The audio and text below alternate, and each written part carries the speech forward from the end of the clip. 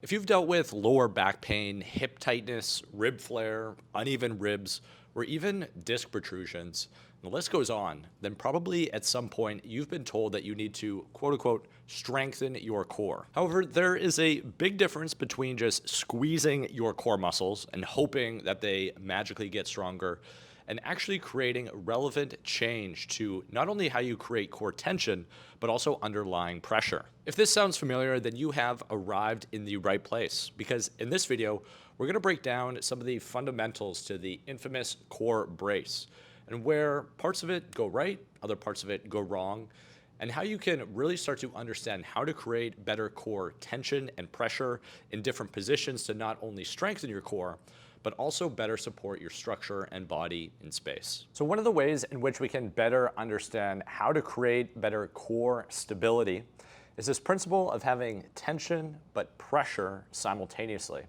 I feel like most people typically operate more on the tension than they do the pressure spectrum, but some people don't have tension at all. So we need to harmonize both of those concepts together. And how we're gonna do that is through a quad pad position to start. So you can come down onto the floor, and we're gonna work from this quad pad position here. And what we're gonna try to explore feeling into is this idea of creating a baseline of a squeeze. So you feel like there's a little bit of tension there. Imagine you're doing an ab crunch and you can feel tension come in. But then we're gonna try to access our breath and the creation of pressure around that tension. So what this will look like from this quad pad position is we're gonna start with a exhale. So I'm gonna get you to exhale, create a baseline of a squeeze. So we'll say exhale. I can feel that there's a squeeze there. Now what we're gonna try to work on is a maintenance of that squeeze while we try to breathe around it. So I'm gonna maintain that. I'm now gonna take a breath in, creating as much expansion as I can for about a 5-second inhale.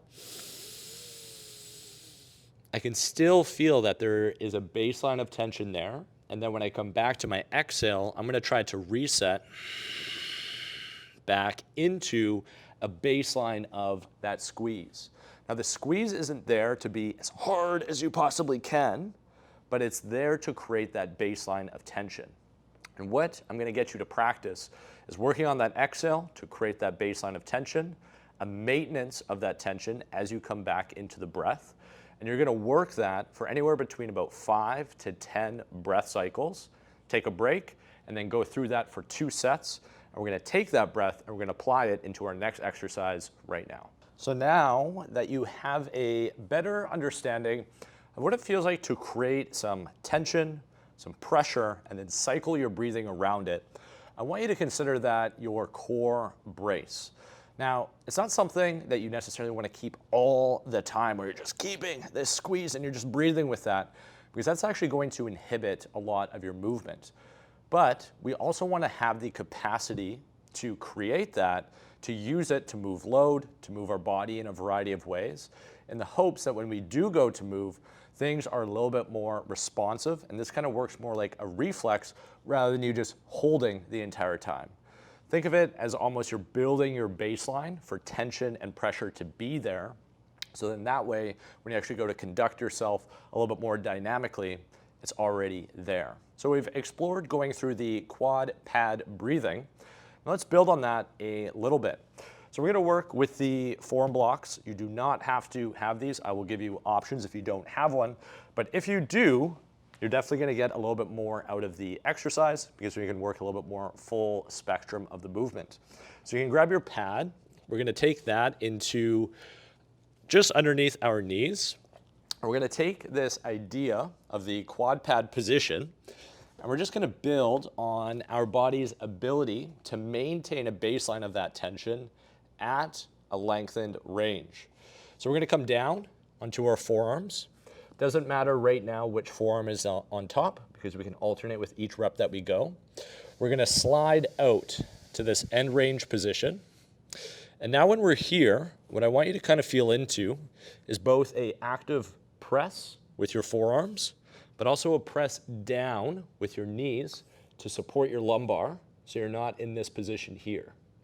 Now, if you don't have a form block, you can grab a book, yoga block, anything that you can kind of suspend yourself on at a end range here. And we're gonna work through 3 full breath cycles from that quad pad breathing that we were just working on. So we'll take the breath in. I'm gonna exhale, create that baseline of the squeeze. I can feel that my core is being challenged here. The more that I slide overhead, the more challenging this is ultimately going to become. Now, what's nice with the blocks is once we are set here, we can slowly start to pull that all the way back to our knees.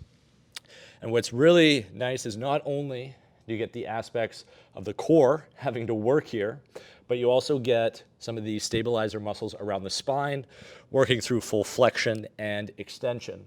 So if you do any type of loaded work with your spine, this is going to be money for that. If you're working with your form block, work through 5-second tempos, so 5 seconds out to 5 seconds back in. We'll go through this one more time. I'm going to try to challenge the range a little bit more without collapsing into my shoulders. So if you're using a book and you're just statically here, try not to have yourself slouched here. This is not what we're looking for. You're keeping almost this hollow body shape away from the floor. You're allowing that tension to come in, and then you're breathing with that. Then through the maintenance of that tension, we are going to slowly start to pull that back. Again, I'm not collapsing here, and I'm going to take this all the way back to my knees in one smooth motion. And that is an extremely challenging exercise for your core, both from a stability standpoint, but also from that pressure and tension relationship standpoint. Now, an area where a lot of people seem to run into problems, especially as it relates to their core, and honestly why I think so many people have lower back issues, why people's QLs and erectors are just chronically jacked up, is because most people's lateral stability is just terrible. Most people that I end up working with, I put them into this position that we're about to get into, and it's a struggle fest. Rightfully so. It's not an easy position to be into, and I think even more reason why the general population, and likely yourself if you're watching this video, should get competent in this particular exercise. So we're going to be working, again, with our block. You don't have to have one. You can just have that same book, yoga block, or whatever tool you're using at the end range. So how we're going to work through this is we're going to come into a side lying position, like so. Now I'm going to get you to clasp your hands. You can either interlock or you can go into almost this like gable grip if you so choose. What's going to be important here is creating almost this diamond shape with your arms. So you can see how I'm creating almost this hoop with my arms. I'm not collapsed into myself. I'm actually trying to create space, almost like you're doing this like lat spread in through your back ribs. So when I have this spacing here through my shoulder girdle, I can start to slide out with it using that same concept of not collapsing. So we're going to keep an active press through this arm, an active press through my left knee. So I'm actually going to get a little bit of the lateral glute fibers here as well.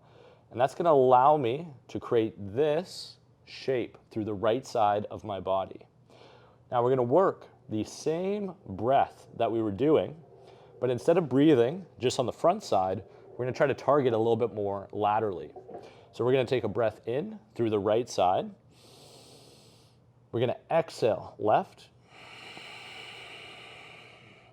And all we're going to do is just spend some time working on breathing with this tension and supporting our body here. If you're doing this statically, this is where you can take a break. If you have your form block, this is where things get a little bit more spicy. I can either have my hands clasped together and I can start to pull this all the way back to my left knee, like so. Or if I come to this end range, you can also bring this hand down for some support. This gives you a really nice stretch through that right side. So I have support through that right hand, and now I can create some length as I pull into that. So those are 2 variations that you can work through. What I'm gonna encourage you to do here, not a lot of repetitions, but a lot of time under tension.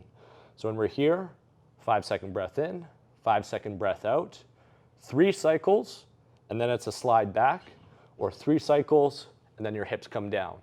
You're gonna work that on both sides, and you're gonna really try to prioritize the maintenance of that tension, where pressure is coming into, where tension is going into, and really try to target and feel into not only your side abs, but really the whole lateral line on either side of your body. That's gonna be an extremely important exercise. It's gonna help to target, again, that core stability, but it's also gonna work on that bigger picture as well. If you're dealing with hip tightness, lower back pain, I do strongly believe that getting strong and competent here is gonna be really helpful for you long term.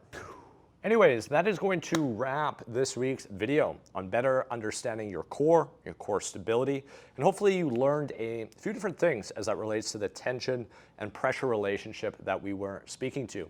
If you enjoyed this video, you got some value from it, you can like, subscribe, do all the YouTube things. If you want to support this channel more directly, you can pick up some form blocks. I'll leave a link down in the description below. Check them out. Honestly, I think it's one of the coolest tools to better understand the tension in your body by simply using your body weight. As always, I appreciate your time, and I will see you in the next one.